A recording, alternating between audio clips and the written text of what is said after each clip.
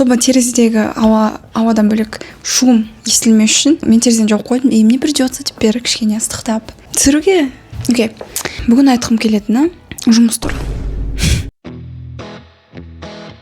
Бәріміз білеміз, студент кезде көбісі жұмыс істейді, көбісі жұмыс істемейтіндер де бар. Көбісі жұмыс істейді дегенде әртүрлі жұмыстар табады, енді гибкий графикпен, белгілі бір ақша табу үшін қосымша, плюс уақыт болса әрине. Хотя былай қарап тұрсаң не обязательно, хотя бірақ бір жағынан әрине әркімде қалай ғой, арендаға тұратын студенттерге жұмыс жасау керек болады, чтобы аренданы төлеу үшін деген сияқты. Кейбірлерінде ата-аналарынан сұрамаймын деген сияқты принцип бар. Кейбір ата-аналар өздері жұмыс істейді деген сияқты.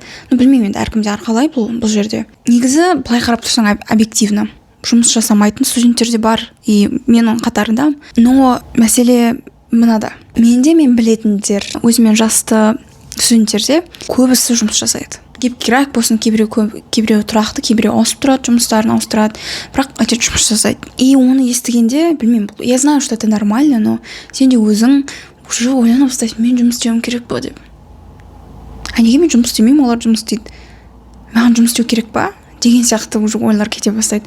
Я знаю, что это нормально, потому что бұндай возрастта или вообще басқа возрастта болсын, сен өзіңді басқа адамдармен сравнивать етесің, само собой. Анда-санда сөйтіп ойлар келіп қалады, когда осы ойсыңе түскен кезде немесе жаңа өзіңмен қатарластармен сөйлескен кезде жұмыс туралы айтып қалсақ, иә. Бүйтіп ойланып қаласың, что маған жұмыс істеу қажет па деп, потому что мен жұмыс істеп жүрген жоқпын, иә.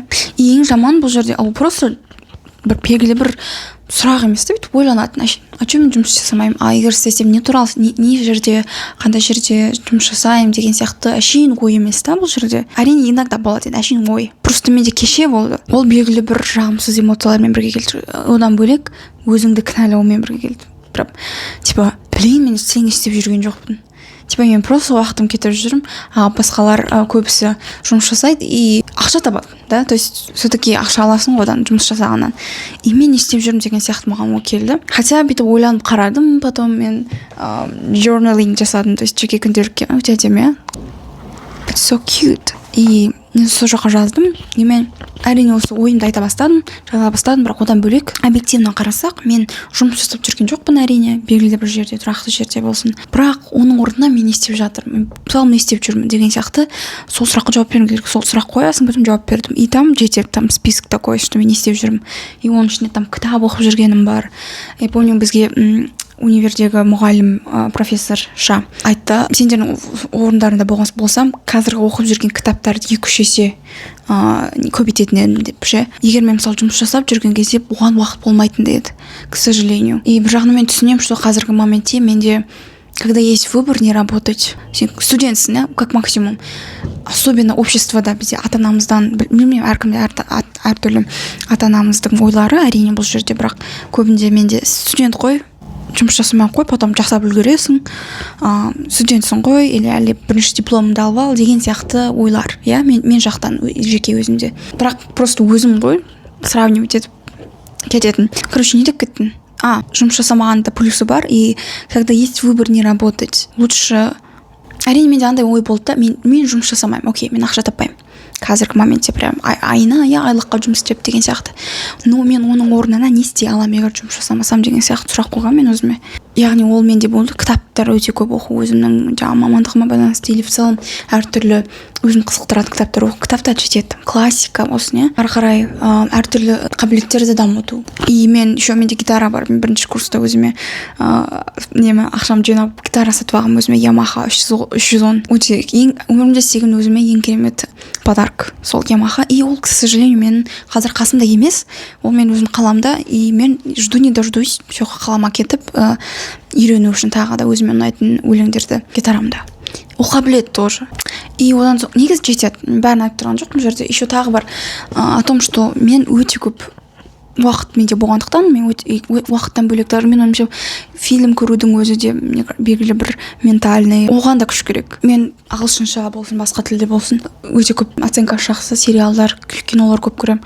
Мен ойлаймын, ол все равно дамытады. Да, типа, сен просто сериал көресің, әшейін кино көресің, ол не істейді саған дейді, бірақ мен ойлаймын, сен кругозорыңды, мировоззрениең все-таки дамытады, ондай нәрселер көргенде. Документалка көргендер вообще керемет болады әрине. Ютубта жетеді әртүрлі видеолар, интервьюлар, ағылшынша, там подкасттар, вообще жетеді.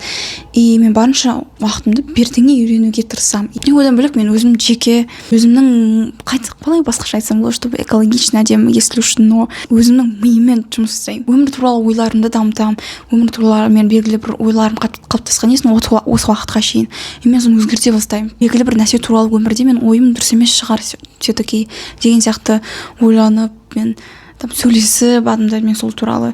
Мен ойлаймын өте жақсы нәрсе, өте жақсы қабілет, особенно менің қазіргі возрастымда. Я надеюсь, мен жақсы нәрсе, дұрыс нәрсе істеп жатырмын, әрине. И я просто хочу доказать, что мен жұмыс жасап жүрген жоқпын.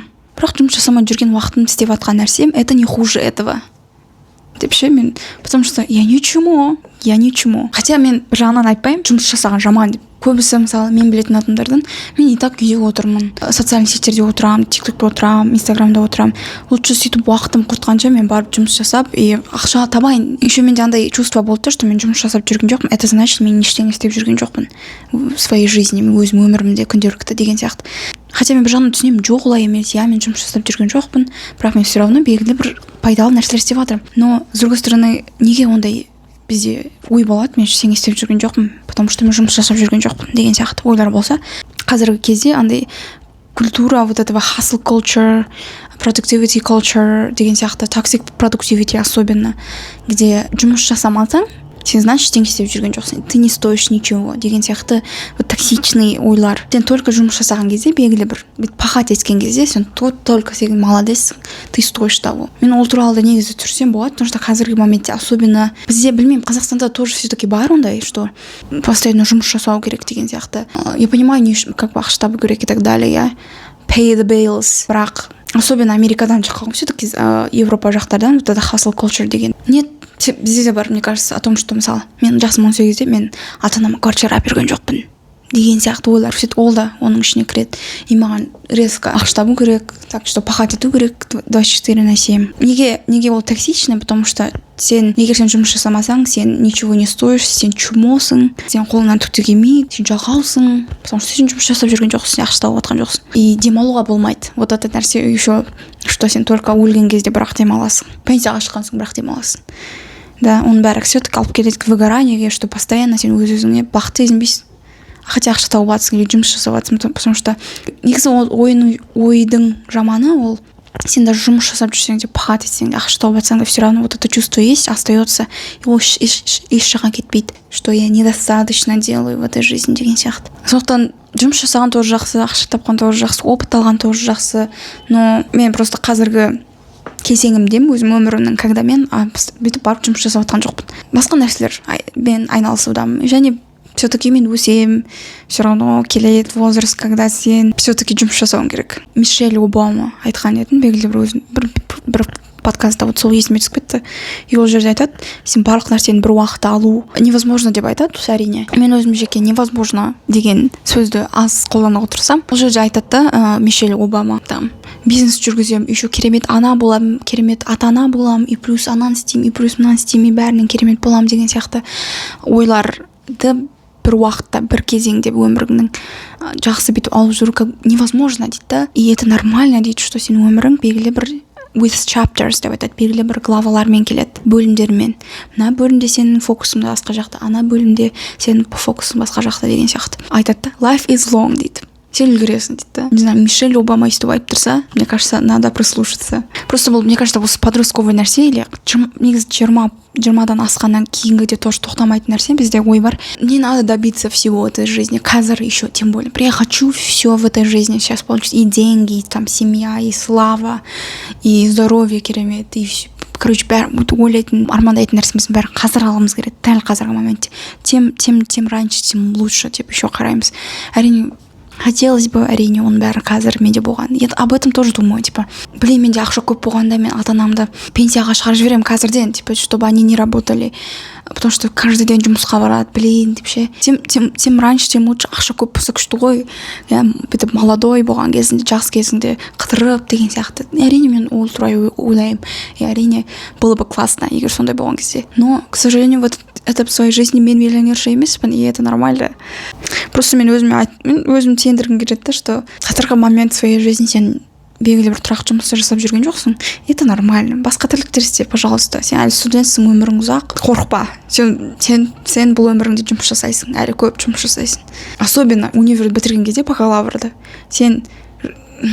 тебе придется работать. Өзің үшін, во-первых, әрине ақша табу керек. Ал во-вторых, это обществодан. Сен туысқандарыңнан, сен ата-аналарыңнан белгілі бір қысым келеді, кішкене болсын, қатты болсын, әртүрлі уровеньде. И само собой, элементарно все-таки. Сен диплом алдың. Диплом не үшін аламыз, чтобы белгілі бір жұмысқа тұру үшін, дұрыс па? Америка ашқан жоқпын, но если жұмыс жасап жүрген жоқ болсаң, студент ретінде, это нормально. Даже студент болмасаң да, жұмыс жасамасаң белгілі бір уақыт. Все равно өмірімізде, әркімнің өмірінде или көп адамдарда болады, что даже после бакалавра, после магистра белгілі бір жұмыс іздеу уақыты болады. Я когда сен әлі жұмысқа тұрған жоқсың, это тоже нормально. Сен сол уақыттың өзін жақсы нәрсеге, басқа руслоға, басқа да тірліктер жасауыңа болады, которые тоже полезны. Белгілі бір саған қабілет, опыт беретін нәрселер жасауыңа болады. Не обязательно студент. Просто мен өзім студент болғандықтан, мен өзім жаңағы опытымды айтатқан соң, маған все-таки ЖБ тағы да ойлар келді, осы туралы, жұмыс жасау керек деген сияқты. Может, жұмыс жасай қалам. Типа, мен particularly қарсы емеспін жұмыс жасауыма. Әрине не хочется. Кто хочет работать? Айтыңдаршы, кто хочет. Короче, примерно осылай болды. Белгілі бір ойың болса, комментарий жазып кетсең болады. Бірге әңгімелесеміз бұл тема туралы ары қарай. Көргеніңе рахмет. Пока. So cute.